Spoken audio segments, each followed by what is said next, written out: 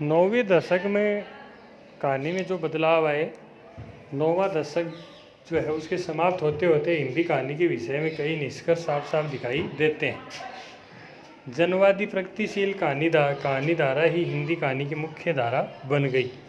यह कहानी तथा ये कहानी के पड़ाव हैं। यह कहानी तथा समांतर कहानी जैसे आंदोलनों की निरर्थकता ने इस तथ्य की पुष्टि कर दी है।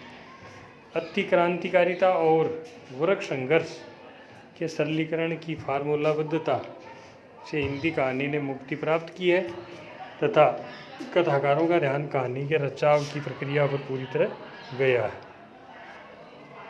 लोक और क्षेत्र के गद्य ने हिंदी कहानी की भाषा को नई अर्थवत्ता प्रदान की है।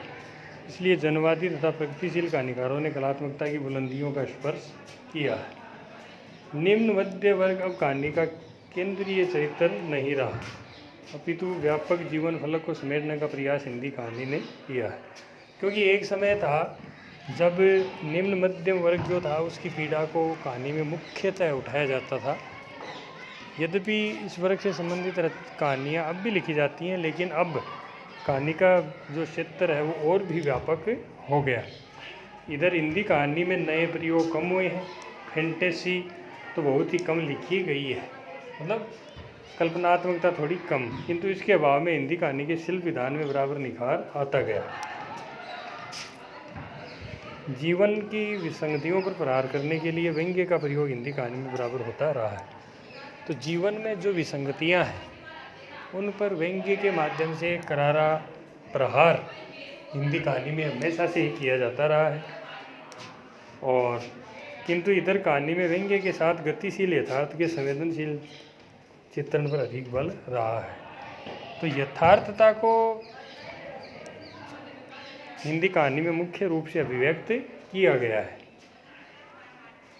कहानी निरंतर विकासमान विधा है तथा इस विधा का भविष्य उज्ज्वल है, क्योंकि कहानी सुनना और सुनाना मनुष्य का नैसर्गिक गुण है। यद्यपि इलेक्ट्रिक मीडिया ने समग्र साहित्य के समग्र जो चुनौतियाँ प्रस्तुत की हैं, कहानी भी उससे प्रभावित हुई है। फिर भी श्रेष्ठ कहानी साहित्य का प्रयोग वह मीडिया भी कर रहा है।